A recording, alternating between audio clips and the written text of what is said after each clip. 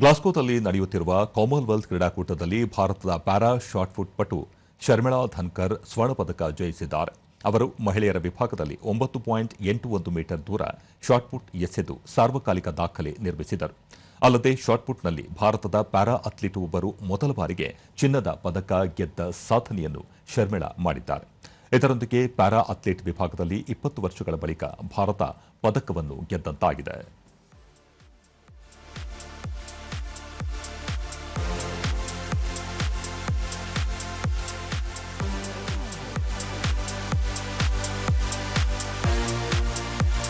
ಅಲ್ಲದೆ ಎತ್ತರ ಜಿಗಿತಪಟು ಸರ್ವೇಶ್ ಕುಶಾರೆ ಬೆಳ್ಳಿ ಪದಕವನ್ನು ತನ್ನದಾಗಿಸಿಕೊಂಡಿದ್ದಾರೆ. ಅವರು ಪುರುಷರ ವಿಭಾಗದಲ್ಲಿ 2.25 ಮೀಟರ್ ಜಿಗಿಯುವ ಮೂಲಕ ಬೆಳ್ಳಿ ಪದಕವನ್ನು ಗಳಿಸಿದರು. ಅದೇ ರೀತಿ ವೇಟ್ ಲಿಫ್ಟರ್ಗಳಾದ ವಲ್ಲೂರಿ ಅಜಯ್ ಬಾಬು ಮತ್ತು ಜ್ಞಾನೇಶ್ವರಿ ಯಾದವ್ ಬೆಳ್ಳಿ ಪದಕವನ್ನು ಗಳಿಸಿದ್ದಾರೆ. ವಲ್ಲೂರಿ ಬಾಬು 79 ಕೆಜಿ ವಿಭಾಗದಲ್ಲಿ ಕೂತಲೆಳೆಯ ಅಂತರದಲ್ಲಿ ಚಿನ್ನದ ಪದಕದಿಂದ ವಂಚಿತರಾದರು.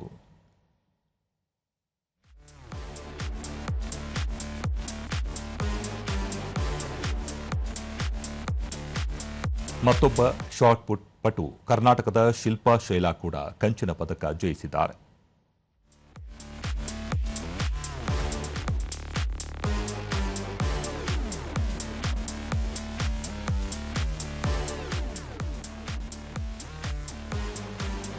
ಇದರೊಂದಿಗೆ ಒಟ್ಟಾರೆ ಕಾಮನ್ವೆಲ್ತ್ ಕ್ರೀಡಾಕೂಟದಲ್ಲಿ ಭಾರತ 2 ಚಿನ್ನ, 5 ಬೆಳ್ಳಿ, 3 ಕಂಚು ಸೇರಿ 10 ಪದಕಗಳನ್ನು ಗೆದ್ದಂತಾಗಿದೆ.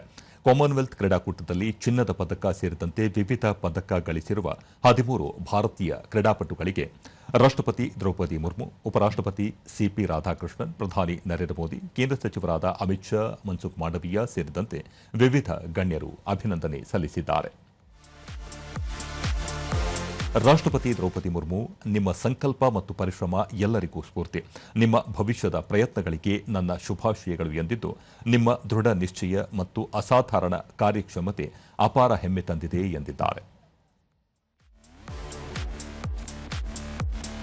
ಉಪರಾಷ್ಟ್ರಪತಿ, ನಿಮ್ಮ ಶಕ್ತಿ, ಸ್ಥಿತಿಸ್ಥಾಪಕತ್ವ ಮತ್ತು ಶ್ರೇಷ್ಠತೆಯ ಅಚಲ ಅನ್ವೇಷಣೆಯು ಅಂತಾರಾಷ್ಟ್ರೀಯ ವೇದಿಕೆಯಲ್ಲಿ ಭಾರತಕ್ಕೆ ಮತ್ತೊಂದು ಹೆಮ್ಮೆಯ ಕ್ಷಣವನ್ನು ತಂದುಕೊಟ್ಟಿದೆ. ಈ ಸಾಧನೆಯು ಇನ್ನೂ ಹೆಚ್ಚಿನ ಯಶಸ್ಸಿಗೆ ಮೆಟ್ಟಿಲು ಆಗಲಿ ಎಂದು ಹಾರೈಸಿದ್ದಾರೆ.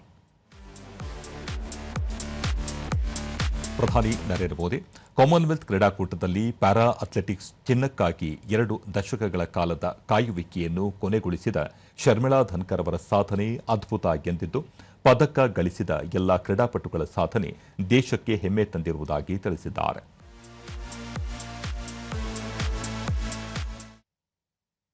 ಬಳಿಕ ಪದಕ ವಿಜೇತೆ ಮೈಸೂರಿನ ಶಿಲ್ಪಾ ಶೈಲಾ, ಪದಕ ಗೆಲ್ಲುವಲ್ಲಿ ತರಬೇತಿದಾರರ ಪಾತ್ರವೂ ಹಿರಿದು ತಮ್ಮ ಪ್ರಯತ್ನದಲ್ಲಿ ಬೆಂಬಲ ನೀಡಿದ ಪ್ರತಿಯೊಬ್ಬರಿಗೂ ಕೃತಜ್ಞತೆ ಸಲ್ಲಿಸುವುದಾಗಿ ಹೇಳಿದರು.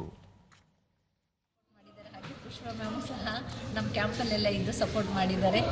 ನನಗೆ ಯಾರ್ಯಾರು ಸಪೋರ್ಟ್ ಮಾಡಿದ್ದಾರೆ ಎಲ್ರಿಗೂ ಸಹ ತುಂಬ ಧನ್ಯವಾದಗಳನ್ನ ಹೇಳ್ತಾ ಇದ್ದೀನಿ. ಹಾಗೆ ನಮ್ಮ ಸರ್ಕಾರ, ಗೌರ್ನಮೆಂಟ್ ಆಫ್ ಇಂಡಿಯಾ ಹಾಗೆ ಗೌರ್ನಮೆಂಟ್ ಆಫ್ ಕರ್ನಾಟಕ ಎಲ್ಲರಿಗೂ ಹೃತ್ಪೂರ್ವಕವಾದ ಧನ್ಯವಾದ.